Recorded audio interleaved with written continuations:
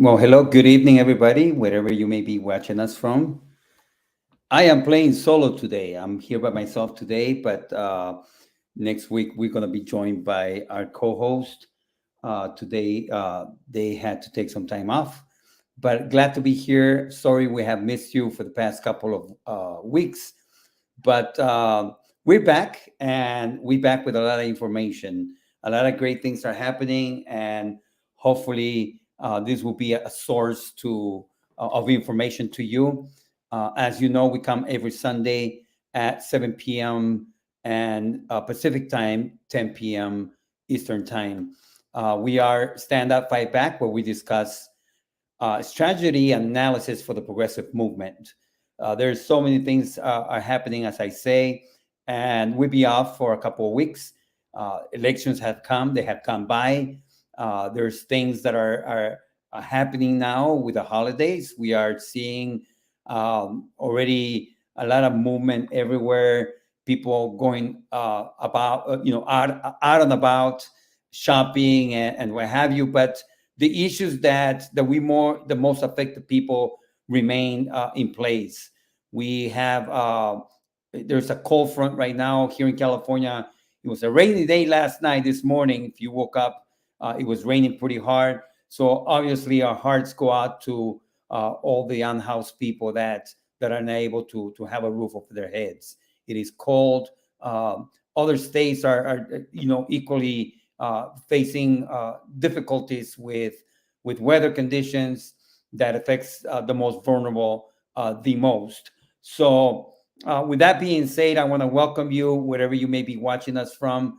I am in Culver City at this time, and again, our co-hosts are not able to be with us, but we have some bit of information that we're going to be sharing with you.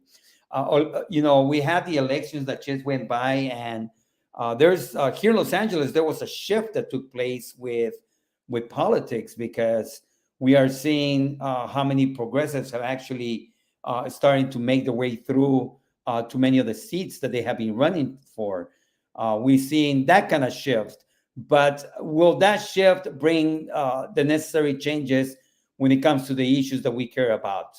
Absolutely not. I think it's a step in the right direction. There's still more that needs to be happening. This is just the beginning of what needs to be taking place. Right now, we are seeing today, actually, there was the swearing in of the new mayor of Los Angeles, former Congresswoman Karen Bass. I got to tell you, there's a reason to feel optimistic about this.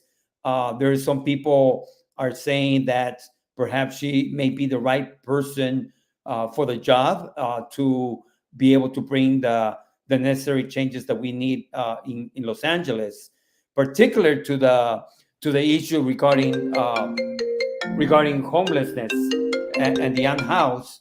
Those are the things that concern us the most because this is the one issue that pretty much was at the forefront of the elections. Are very concerned about the state of housing, the state of homelessness. Uh, there has been literally billions of dollars that have been spent, yet we haven't seen very, very little results when it comes to what has been done to be able to alleviate the problem. So the problem is there. Karen Bass and also the other city council members that are stepping in are coming in into a mess. It's not pretty. It doesn't look good. Like I say, there's been so much money that has already been spent on on homelessness and the unhoused, yet very little relief. We have more people today that are unhoused, and many more that are at risk because of the ongoing issues regarding protections, that exist, and landlords that are very abusive and that are pushing people to the brink, again, push them into homelessness, and we know where to go. So that's the kind of, we got to understand what we are seeing right now. This is not a pretty sight. It's not going to be easy, regardless of who sits on as a mayor. Is going to be a challenge. It's going to be very, very difficult. Why? For many different reasons. Because, as you know, uh, the unhoused crisis has many fronts. It's not just one thing. It's not just saying, oh, we got to put people in homes. I mean, there has to be services, So before they do anything, they have to, make sure that there are services in place, because people that are living on the streets develop a lot of different issues. They started just being unhoused, and the longer that people are living on the streets, the worse and the more issues that pile up on top of another one. So that's the kind of stuff that they're gonna have to deal with. That's the kind of problems that are tied together to the crisis itself. We have people that have developed mental issues. There's illnesses. There is the problem, the fact that people have lost everything. They are demoralized. Many of them, don't see a way out for themselves. It's going to take a lot. It's going to take a lot. Now, here's something really interesting regarding Karen Bass. She has a lot of support. There's a lot of support. She's coming in with tons of support. The other day, I was talking to a couple of people over at county supervisors, and where there were some swearing ceremonies for the new members that are coming in. We have women are really taking charge of politics in California, in Los Angeles, particular. So we have a woman that is a mayor of Los Angeles now, county supervisors. So they tend to be a little more compassionate, and I would say caring. That they have that instinct as a mother to, as a woman to be able to be caring, and hopefully this will also play into the how to resolve the issues. That there's a little more compassion. And hopefully they will be very aggressive in fighting the state that we are living in, or that people are living in, of being unhoused. So I think that Karen Bass, having the support of the LA County supervisors, it plays a major role into being able to find solutions and collaboration to be able to bring about the changes that are needed. Then City Council themselves, we have some new progressives that are coming in. Ms. Hernandez, also Mr. Soto, that just won their seats. So I think that having that shift within City Council also, it will help to be able to push for what is needed. As you know, in the past, we have thrown money left and right with little results. The same people that have been that City Council been working on trying to resolve the unhoused crisis are the same people that just filling up their pockets and doing nothing. Very little has been done. So one thing that I'm hoping that will happen is that the new mayor will take a fresh look at what has been done, and that it has a different approach. I think that's going to be very important. Now, her being in Washington as a congresswoman and having many years there, she has the right connections to be able to know how to navigate the waters at a federal level. So that will also be a big plus for her as the new mayor dealing with the unhoused situation.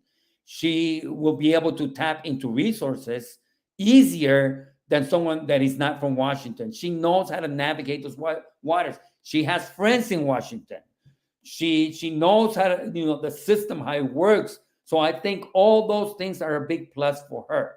Then she has the support of the unions. She has strong support for the unions.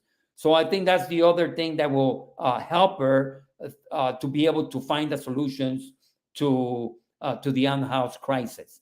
So that's the reason I feel optimistic about Karen Bass. I think that she has a lot to offer.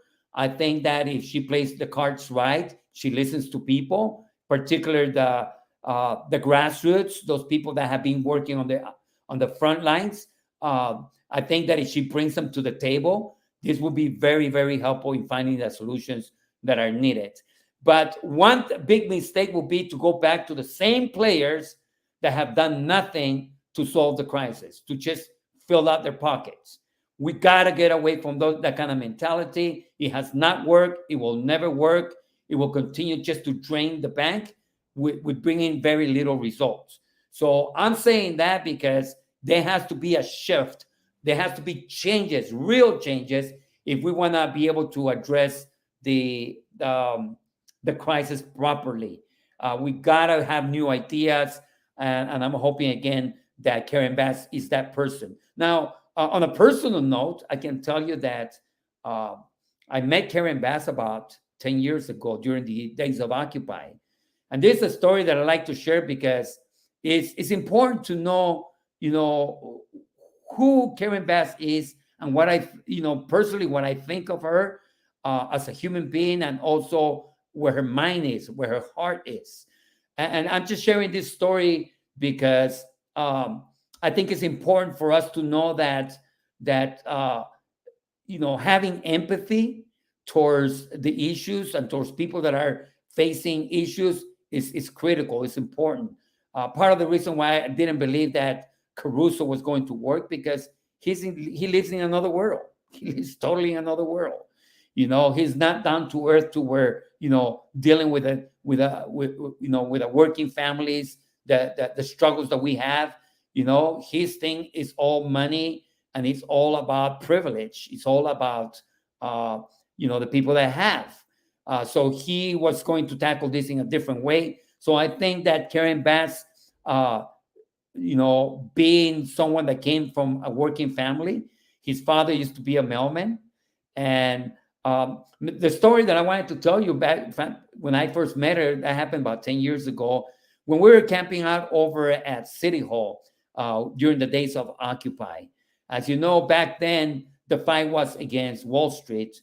The fight was, trying to change the conversation on where to put the blame for the economic crises that were happening, and how people were being pretty much being taken advantage by Wall Street. So I was camping out over at right in front of the park of City Hall, and one night I remember that it was late at night, close to midnight. There was a car that pulled over, and it was a black car, and I was curious because it was a nicer car, and all of a sudden, I saw Karen Bass coming out of the car, and she took a little walk through the park, and I greeted her. She introduced herself, Congresswoman Karen Bass, and as you know, again, I like to repeat this because during the days of Occupy, everybody, all the politicians were running away from the occupiers. They saw the Occupy movement as something very, very negative. Nobody really wanted to mix themselves with occupiers. Well, Karen Bass came, and she introduced herself to me, and she thanked me, and she thanked the occupiers. She pretty much said, "Thank you for what you all are doing. It's very important.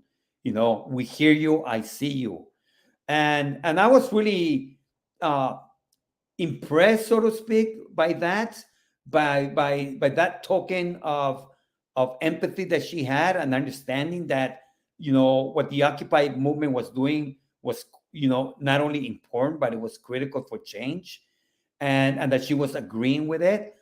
Yes, obviously she didn't make that public, but the fact that she was there, it meant a lot. I thought it was really important.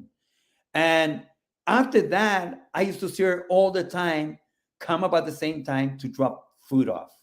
She was bringing food to the occupiers. So the reason why I share this is because I see a sense of empathy, of love, compassion, and understanding that the struggles of the working class are very, very real. That's who I think Karen Bass is. Besides that, her father used to be a mailman. I was a mailman, so we had a little bit in common. Recently, when during her campaign, I ran into her. I went to one of the events actually, and I reminded her of that, and she smiled. She remembered that that she used to come to over there to City Hall, to the lawn, to bring food to the people, and I thank her for that. And I hope that she never forgets that this is where it's at. It's on the ground. Is with the people. That's where it starts, and that's where it should end. Is if we are going to do anything to combat the ills of this world, the issues that affect the working class, we got to go down to the ground. We have to be with the people. We have to have we have to feel the heart, the pain of the people. We have to be there. Seeing things from the top and trying to bring changes from the top doesn't work. It's very superficial. We have to create opportunities that is from the ground. And this is why the progressive movement and the issues that we care about are very, people receive them really well, because people, we are able to connect with people. We're able to feel the pain of people, and we're able to come out with pretty much ideas that actually work, because they come from the ground up. They come from the people themselves. That's why it's very, very critical for Karen Bass or any supervisor or city councilman or anyone in office to be able to listen to the cry of the people, to feel their pain, to be on the ground. Don't get elected and then all of a sudden we don't see you anymore. You got to be right there with the people that elected you, the people that are going through the pains and the sufferings. They have something to say. They have a right to be at the table because they are the most affected. So we got to start by making sure that if you are holding office, if you have a position of power, bring the people to the table. The minute that you forget that, you're already on the losing side. People are going to see right through you. And that is exactly what is wrong with politicians today, is that they get into office, they go to Washington, they go to City Hall, they go wherever the city is, they go to Sacramento, and they forget the people. They start listening to everybody else, and they forget to listen to the cry of the people. They forget to see where they came from. You have to make sure that you're always there. So if there is any advice for any politicians that are listening to this broadcast, is don't forget the people. Calm down. Go to the front lines. Be there with the people. Mingle with them. Meet with them. Organize community meetings. Hear them out. Sometimes I know it's difficult because people are very upset and they're going to come at you and they're going to, give you their anger. But, be bigger than that. Learn to take it. Learn to accept the failures of politicians and show them that you're willing to listen and you're willing to come back. Even if they don't welcome you, you're willing to be there. See, people will respect that a lot because they see that you are trying to bring the change and that you're willing to listen, even when it means that people are going to say things to your face. How much they hate politicians or whatever. It's okay. That's part of the job. But I think if you work through that, you're going to connect with the people, that people will begin to trust you. They will begin to work with you. They will begin to respect you. And we're going to start seeing the changes that are needed. I think that's what is important if you're a politician, that you never, ever forget why you got there, why you're holding that position. It is all about the people. It should be only about the people. It's not about yourself. It's not about the next election that is coming down. It should be about the people. And I like to say that, re-emphasize that, because, again, I think that part of the problem with the Democratic Party is that they forget, why they're there. They're supposed to be the opposite of Republicans. Republicans, we know, and they don't hide it. They tell you, what they're all about. Corporations, big money. All about strapping yourself up, and their focus is totally different. Democratic Party brags that they are for the people, that they are for the working class. So if that is so, and that is the truth, then they need to do exactly that. They need to come down, get out their offices, come down where the people are, and start working with the people. Inspire people. See, that's what's wrong with politicians. They run great campaigns, they sound great, but after that, they stop inspiring the people. So if you want to be an effective politician, you need to inspire the people. And how do you inspire the people? Is by doing and working on the issues that affects them the most. Tell us how you're going to fix the problems. You know what I mean? Get the people involved. You know what I mean? Roll up your sleeves, go to work, and then you're going to start having the respect of the people, and the people are going to work with you. So, if you forget doing those things, again, you are going to be just another politician.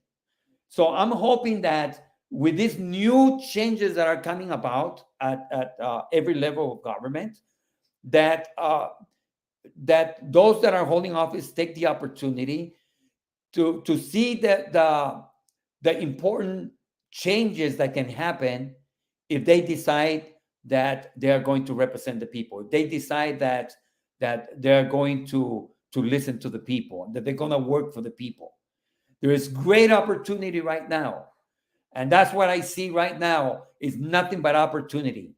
There is tons of opportunity to bring great change. The question will be, will they man up or will they roll up the sleeves? Will they, press forward, gird their girdle, gird their loins and actually, work, go out there and do whatever it's going to take? Are they going to be focused in making sure that they're going to pull through everything that they promise? I think they can do it. People can do it. Politicians can do it. But it's going to take a lot. You're going to have to denounce all this big money. You have to denounce, all these lobbyists, and you're going to have to stand up and say, I got here to represent the people, and that's what I tend to do. If you do that, like I tell you, there is nothing that you cannot do. You could do a lot of things. You could bring great changes for the communities, even if it is your district, whoever you represent, whatever you represent, you have great opportunities. So with that being said, I want to congratulate everybody that actually has won an opportunity to represent the people and take it for what it is. It is an honor to be able to represent the people. Don't forget that. You belong to the people, and the minute that you take that away, then you're just another politician. And I hope that I wish everybody that are starting their new political lives much success.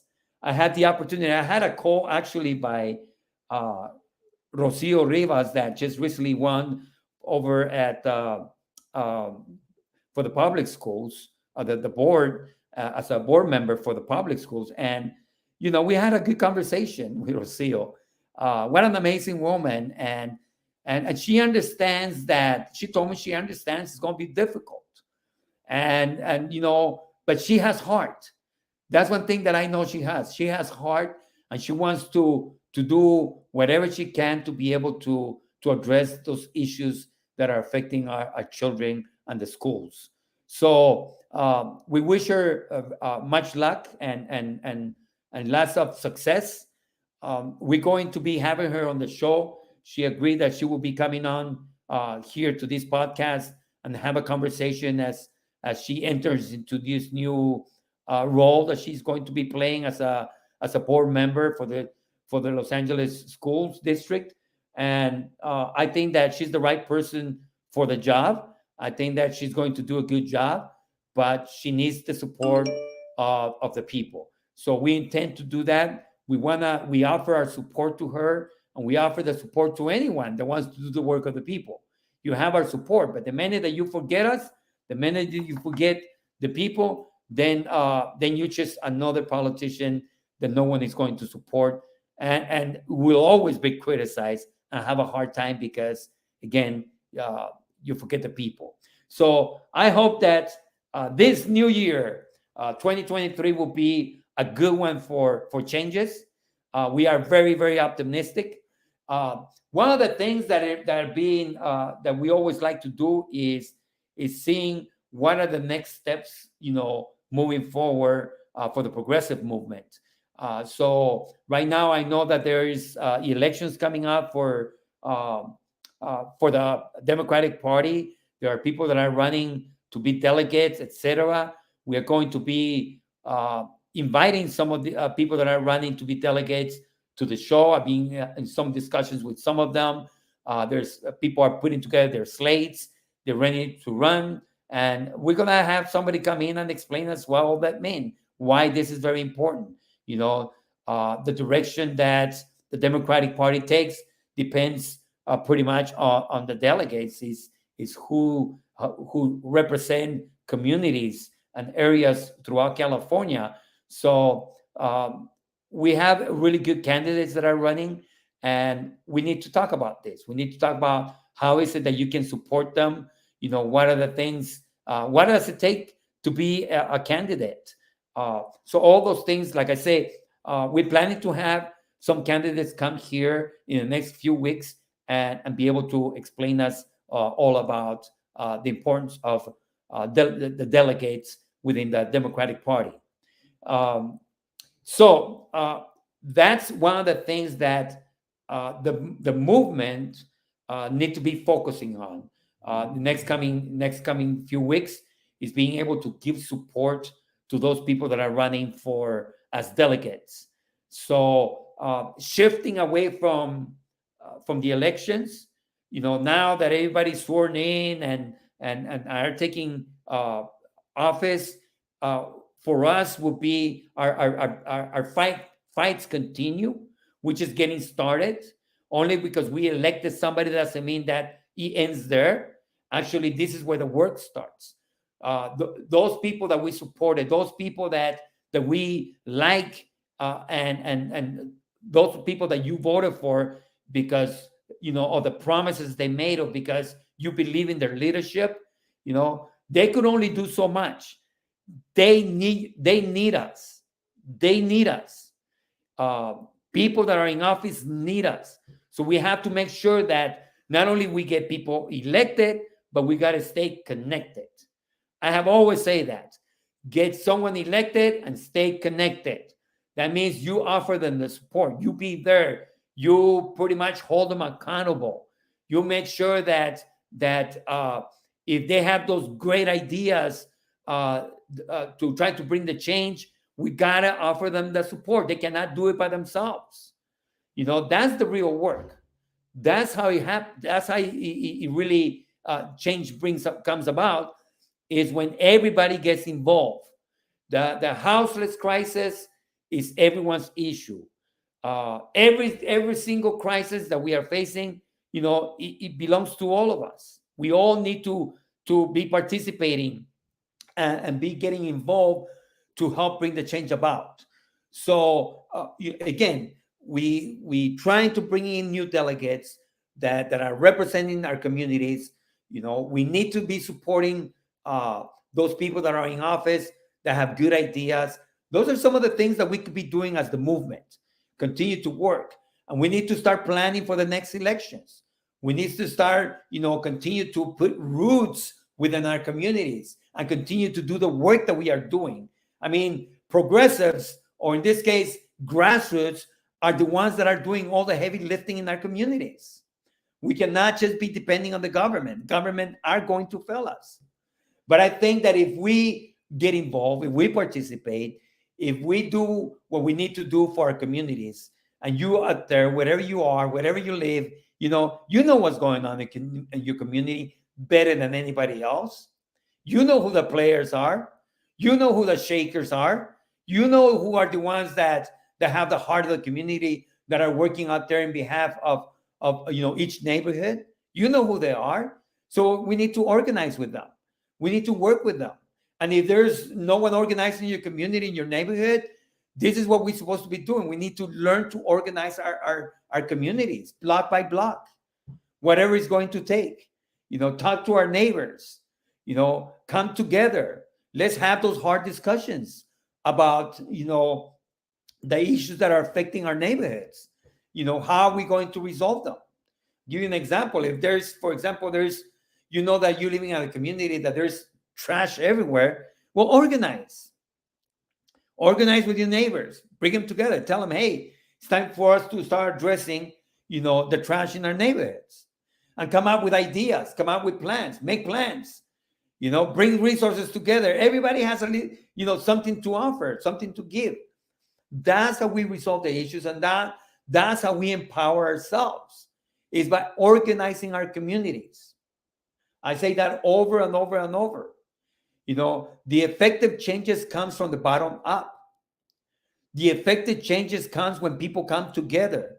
They work together. We put our differences to the side. People are beautiful. People have ideas. People are talented. And many are just literally, waiting to get started. A lot of people just don't know how to get started, how to connect. Invite somebody. If you know that you have something really good going on in your neighborhood or in the group that you affiliate yourself with, as a volunteer or whatever, invite other people. Show them what you guys are doing. Inspire them. That's what I'm talking about, inspiring people. That's what people want to see. People want to see, results. They want to see people doing positive things for their communities. And if you do that, you'll be amazed at what kind of resources will come your way when you start rolling your sleeves and start doing the work. Because people are going to come through for you. They're going to support your efforts. They're going to support the efforts of your community, of your neighborhood. If they see you out there picking up trash, if they see you out there doing, the heavy lifting, people are going to feel ashamed of themselves for not doing it themselves. So guess what they're going to do? They're going to come around and say, what can you do? What can I do for you? What do you need? That's how it works, people. Brothers and sisters, I'm telling you, it has always worked for me that way. All the stuff that we've done together, because we come together. It's because we share the burden together. It's because we uplift each other. It's because when someone has an idea, you go and support that idea. Because when we are supporting each other, we are lifting everybody at the same time. We are lifting one another. And that's what we got to do. That's how effective, that's why grassroots are so effective. It's because, they come together and they lift everybody together, and I'm excited because more than ever before, I am seeing the grassroots rolling up the sleeves, being out there in the neighborhoods, caring for the areas where they live, caring about what's happening, and they're getting involved.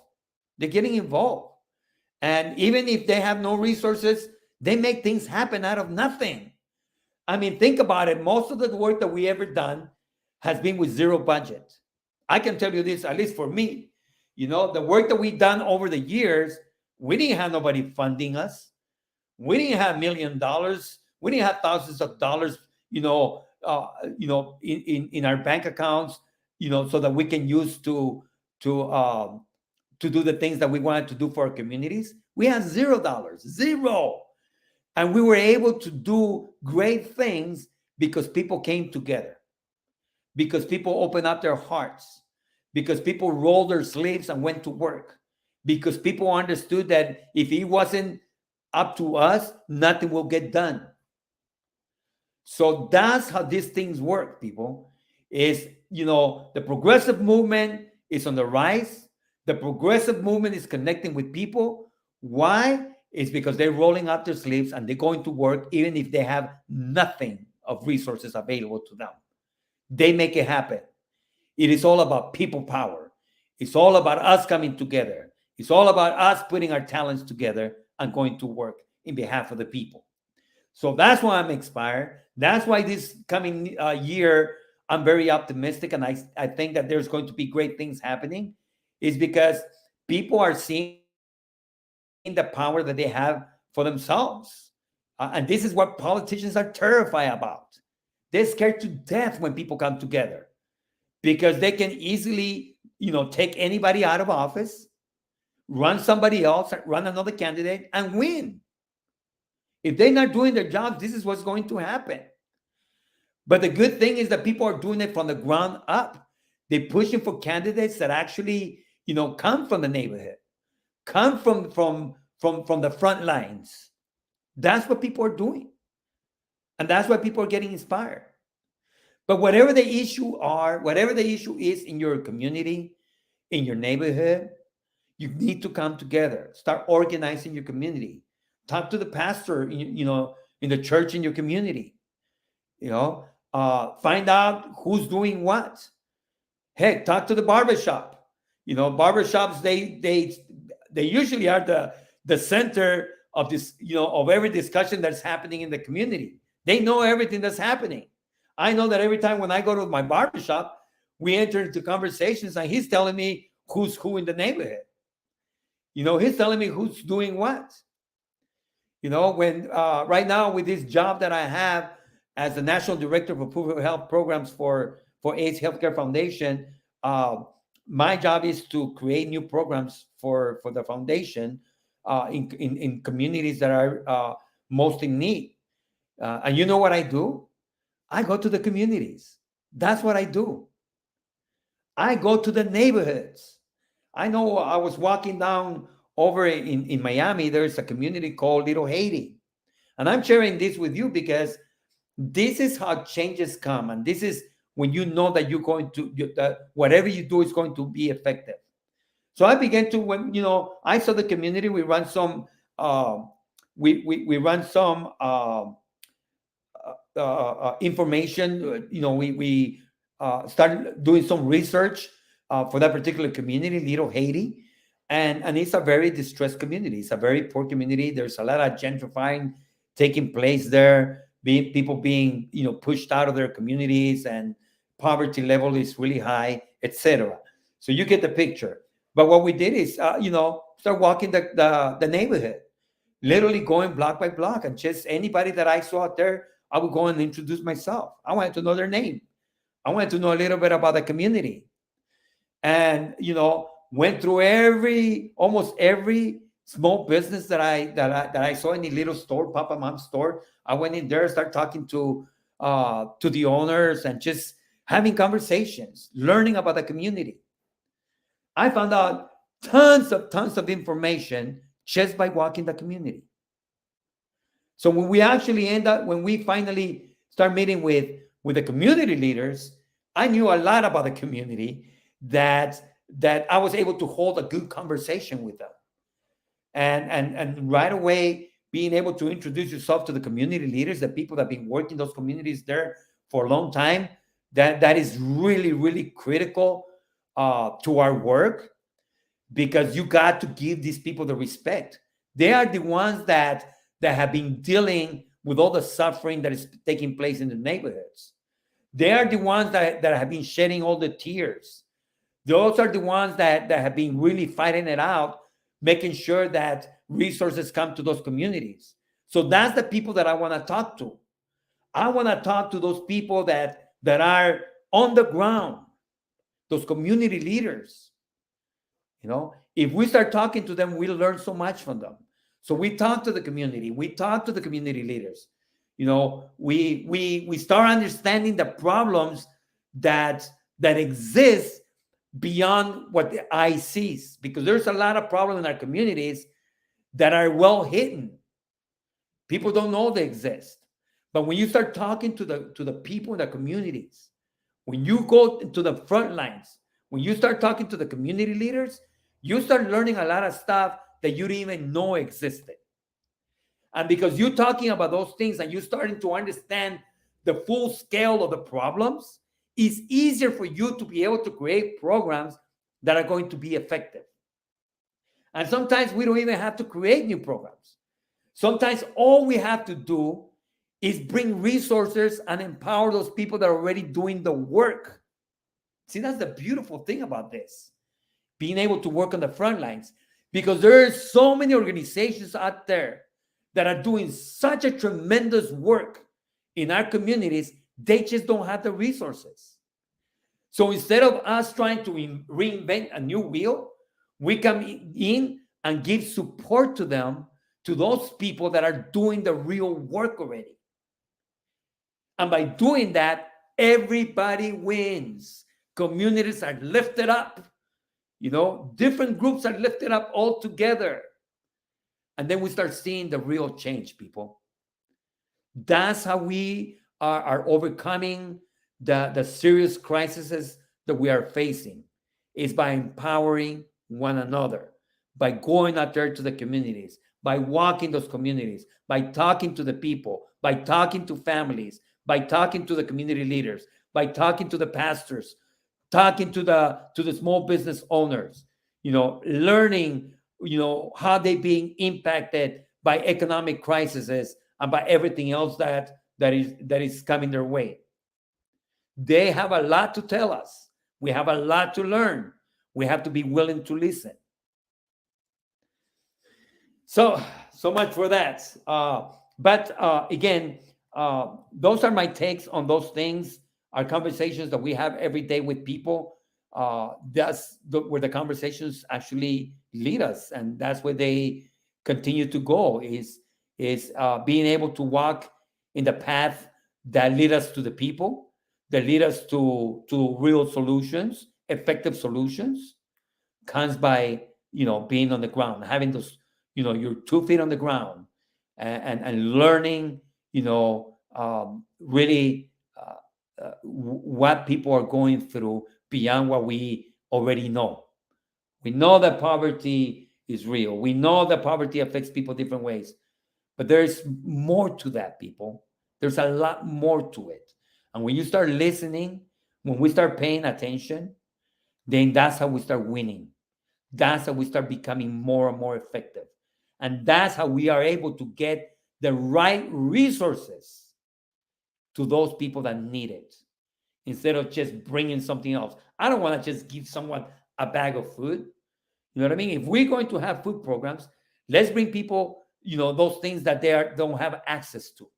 This is why we creating these kind of programs that bring, healthy food to communities that pretty much are lacking access to healthy food. We're not talking about, just bringing any kind of food. We got to make sure that our communities are eating right, but the cost of food is so expensive. So these are the things that are preventing people from, living healthy lives. So that's another topic, but, it's in relation to what I'm talking about. So you can see and understand that, when we look at things beyond what the naked eye sees, you're going to start finding out a lot of stuff that makes a lot of sense. And why is it that we are in the situation we're in? All right. So here we go, people. We have a big announcement to make. And I'm shifting. What time it is here? Wow, 7:47. I've been talking for that long. Time flies when you're having fun, as they say. So this coming New Year's, we are going to be at the Rose Parade. This year is going to be on January the 2nd. The Rose Parade is January the 2nd, not the 1st. The official holiday falls on Monday. This is why they moved it to Monday, January the 2nd. So the Rose Parade is January the 2nd. We are going to be there. And we are going to be putting focus on housing. The theme for the official Rose Parade is turning the corner. Our official theme for the People's Rose Parade is turning the corner, affordable housing now. That's the issue that I think is one of the most important ones that the people are facing, millions of people are facing, the lack of housing, affordable housing. We're talking about everything that has to do with housing. So we're going to be putting focus into that theme. We are going to be giving you more information, details, how you can get involved. So you could go and party on January the 1st, do whatever you like to do on January 1st, but come and march with us on January 2nd. It's going to be a blast. We have some great things in storage. We put it together a great march that is going to, I believe, inspire people. We already talking to different groups that work on housing issues. So it's going to be really exciting. I think that we're going to have a lot of people come and join us. Everything is being worked out. We have a great team that has come together to help put together a good march for January the 2nd. You know that we march right behind the official Rose Parade. We are not part of the Rose Parade. We are the unofficial, the People's Rose Parade March. The march is right behind the Rose Parade, as we do every year. It's going to be exciting. I'm looking forward to it. I think that we are bringing an issue that most people can connect with, can understand. When we say affordable housing now, who doesn't agree with that? That the rent is too damn high. It's too damn high. So we're going to be talking about that more in the next couple of weeks, because we're going to be promoting it. And we want to make sure that you have a chance to actually come and participate. I'm posting right now a link to right here on this segment. And you can see in there, you could go in there to sign up. If you look at the comments, we just posted a link so that you can come and participate and join us as a volunteer, as a marcher, someone that wants to march. We're going to need all the help that we can to make this thing happen. And I hope that you will join us January the 2nd, in Pasadena, the People's Rose Parade March. We're going to be gathering at Singer Park over in California and St. John. That's just about a block away from where the official parade actually starts. So there's a parking right there. There's a park. That's where we're going to be gathering and putting together our People's Rose Parade float. We're going to have ourselves a float. So, come and join us. March with us. It's exciting. 6 miles. Bring your walking shoes. Bring your pet. Bring your little dog. Take them for a little walk. But by all means, don't stay home. Come and support. If you believe that we need affordable housing, you need to be marching with us.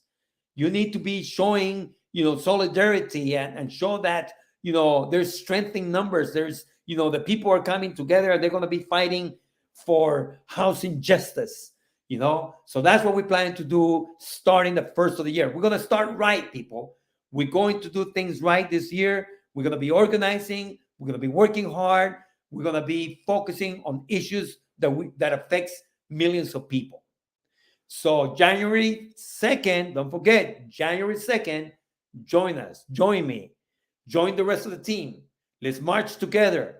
Let's show that we are serious about, housing justice. Let's send a message to politicians that we are going to be watching. We expect them to address the housing crisis. That's what we expect from politicians. That's what we are going to demand, and that's what we want. So it starts with us. It starts by us, continuing to show the numbers and show that our voices are in one accord. Our voices are together. Our voices are solid, and we expect them to work on housing affordability and making sure that those people that are at risk of being evicted, that they stay in their homes. And those people that are living on the streets, on tents, that they come out of those tents, and that, we can have, housing for all, affordable housing for all. So that being said, I want to lead you to our last announcement. So very exciting. Another great announcements here. We have, by the way, I think I posted the wrong thing here. That's the link that I posted actually is for this next announcement that I wanted to make. That's what it was. But we have Cori Bush, Congresswoman Cori Bush, that will be in Los Angeles, will be visiting this coming Saturday over in one of the locations that you have to go to the link that we just posted right now. And I do apologize for giving that link earlier and confusing you. But this is the link that I hope that that you will look at and join us. I'm reposting it again right now. Again, Congresswoman Cori Bush. If you have not met her, she will be with us. There's a link in there that will tell you how you can get informed and details on the event. And we are also going to be joined by not other than Honorable Nina Turner. She will be making an appearance along with Cori Bush. So we have two powerful women that are coming together and visiting Southern California. So we want to, what a better time, Christmas time. Let's come together. Let's be a part of this. Let's give our support to these great women that are doing so much good work, particularly Cori Bush. Oh my goodness, what a woman. She came straight from the ground, just like we've been talking about here. Grassroots to the max. So come and meet her. Join us. There is the link. It will tell you how you can get involved. It will tell you how you can, what you need to do, or the details regarding the event. And I hope to see you there. I'm going to be there. I'd like to say hi to you, and I'd like to meet you and greet you. But we have a list of co-hosts that are helping with this particular event coming together. But it's going to be phenomenal because for so many reasons, but particularly because of the kind of work that they have been doing over the years, and what they stand for is very it's so important because as I've been saying, when people get in office, we need to show them our support because they can inspire to do even more when they know they have someone watching their backs, when they have people supporting them. People want to do more. It just motivates them to do more for the people. So we hope that you too can join us and be part of what's happening next Saturday, December 17th. And the information is right there in the link. And I'm going to repost it on this page and other pages. We're going to be sharing that link because we want you to come. We're going to be having a full house. There's going to be some of our progressive leaders that are going to be there. My understanding is that some of the new elected members of council are going to be there joining us. And again, the great Honorable Nina Turner is going to be alongside with Cori Bush. So hope to see you during that time. And I think that, again, this is a great opportunity, if you not have met her, for you to come and meet her and see what an amazing woman she is and the work that she has been doing over the years as she became a representative for her district. So that is it for my time. I've been here today by myself. It's been great being here with you tonight and just sharing this kind of information and being able to connect you to some of the next steps that we need to be taking as a progressive movement, as people that are working on the ground, grassroots. Those are some of the things that we need to focus. Again, we need to continue to support those people that got elected so that we keep not only the pressure on them, but that we offer the support that they need to be able to accomplish the goals that they set out themselves to do in behalf of the people. We also need to, again, organize our communities. Be out there. Don't be afraid to have conversations with your community, with your neighbor, with those people that live in your community. Let's talk about the issues. Let's talk about our differences. Let's start finding solutions. And then, of course, the Rose Parade. We have the Rose Parade coming up. We want you to be part of that. We hope that you will join us January the 2nd. There is no excuses. You could go and party all you want to for New Year's, but march with us on January the 2nd. Join us. You're going to love it, guarantee you. Everybody that has marched with us at the Rose Parade every year had always have nothing but good compliments and telling us how excited they were to be able to participate and what it meant to them. You starting the year the right way by standing up, by rising up, by being a number that can be counted, by being one of those people that say, under my watch, I'm going to stand up. I'm not going to be an spectator. I'm not going to just be sitting down. I'm going to participate. And that's how I'm going to start this year. And then, of course, next Saturday, Cori Bush, Congresswoman Cori Bush, will be joined with Nina Turner here in Los Angeles. The link is right here in the comments, and we're going to repost that over and over. Make sure that you know about it. Make sure that you come. You're invited to come. Come and participate. Come and meet Cori Bush. You will not regret it. You're going to have a blast, and you're going to be inspired, most of all. You're going to be inspired by the work that she's been doing and by the vision that she has, that they both share with Nina Turner. So this is Stand Up, Fight Back, where we discuss strategy analysis for the progressive movement. My name is Carlos. I'm one of your co-hosts. You will be joined by the other co-hosts next week. But we come live every Sunday evening, 7 p.m.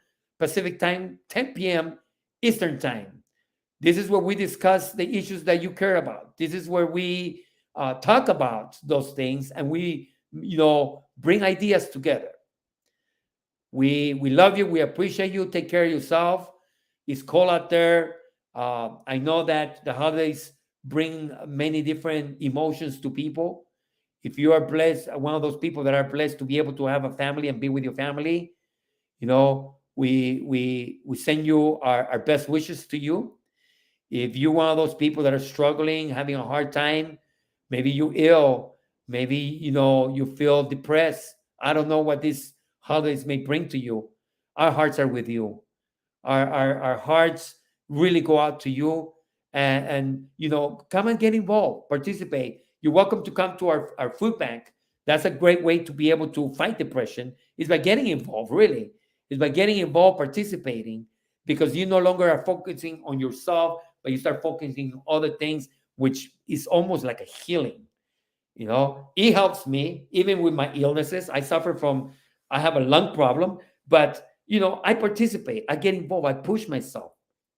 And that helps me not to be so focused on my own problems, on my illnesses, but it helps me to motivate me and to get out of bed and to do things that I need to do. And you find joy by doing that. When you start seeing how your life can actually affect good changes, not only to your community, to other people, to seniors, to young people, to whoever. You can be you can be a vehicle of blessing to someone else. You could be someone that inspires and really changes people's lives just by getting involved. So I shout out to all the volunteers out there. This program is dedicated to you, to all the volunteers everywhere. That day after days, they rise up, they get involved, they participate, and they bless others. Good night, everyone. Thank you for watching.